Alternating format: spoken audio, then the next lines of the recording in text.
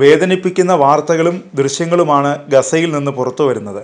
Israel Hamas യുദ്ധം തുടരുന്നതിനിടെ യുദ്ധക്കെടുതിയുടെ പിടിയിലാണ് Gaza. വടക്കൻ ഗാസയിൽ കൊടിയ ദാരിദ്ര്യമാണ് ജനങ്ങൾ അനുഭവിക്കുന്നത്. UN ഏജൻസിയായ വേൾഡ് ഫുഡ് പ്രോഗ്രാമാണ് ഗസയിലെ പരിതാപകരമായ അവസ്ഥ ലോകത്തെ അറിയിച്ചത്. ഗസയിൽ ഭക്ഷണവും ഔഷധവും ഉൾപ്പെടെയുള്ളവ എത്തിക്കുന്നതിന് ഇസ്രായേൽ നിയന്ത്രണം തുടരുന്നതാണ് ദുരിതത്തിന് കാരണം. ഈജിപ്തിലെ കെയ്റോയിൽ നടക്കുന്ന സമാധാന ചർച്ചകളെ പ്രതീക്ഷയോടെയാണ് ഗസയിലെ ജനങ്ങൾ നോക്കുന്നത്.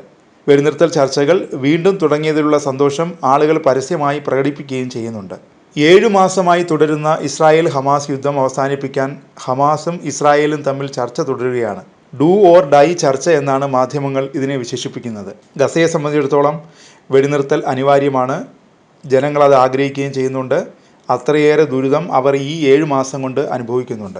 അതിനിടെ ഗസയിൽ ഇസ്രായേൽ ആക്രമണം ശക്തമാക്കിയെന്ന റിപ്പോർട്ടുകളും പുറത്തു വരുന്നുണ്ട്. വെടിനിർത്തൽ പ്രഖ്യാപിച്ചാലും റഫേൽ ആക്രമണം നടത്തുന്നത് തുടരുമെന്ന് ഇസ്രായേൽ അറിയിച്ചിരുന്നു. ഇസ്രായേലിൻ്റെ ഈ നിലപാടിൽ വ്യാപക പ്രതിഷേധവും ഉയരുന്നുണ്ട്.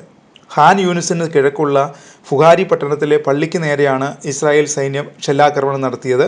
മധ്യ ഗസയിലെ അൽ മുഖ്രാഹ, അസ് സഹ്റ നഗരങ്ങളിലും ഷെല്ലാക്രമണം ഉണ്ടായി. എന്നാൽ ആളപായം സംബന്ധിച്ച് വിവരം പുറത്തുവിട്ടിട്ടില്ല. റഫ സിറ്റിയിൽ വീടിന് നേരെ നടത്തിയ ആക്രമണത്തിൽ 3 പേർ കൊല്ലപ്പെട്ടു. നിസ്വീറത്ത് അഭയാർത്ഥി ക്യാമ്പിന് നേരെയും ആക്രമണമുണ്ടായി. വെസ്റ്റ് ബാങ്കിലും വലിയ തോതിൽ സൈനിക അതിക്രമണമുണ്ടായി. നിരവധി പേർ അറസ്റ്റിലായി.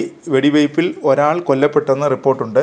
കഴിഞ്ഞ വർഷം ഒക്ടോബർ 7-ന് ആരംഭിച്ച ആക്രമണങ്ങളിൽ ഗസയിൽ ഇതുവരെ 34,654 പേരാണ് കൊല്ലപ്പെട്ടത്. 78,000-ഓളം പേർക്ക് പരിക്കേറ്റിട്ടുമുണ്ട്.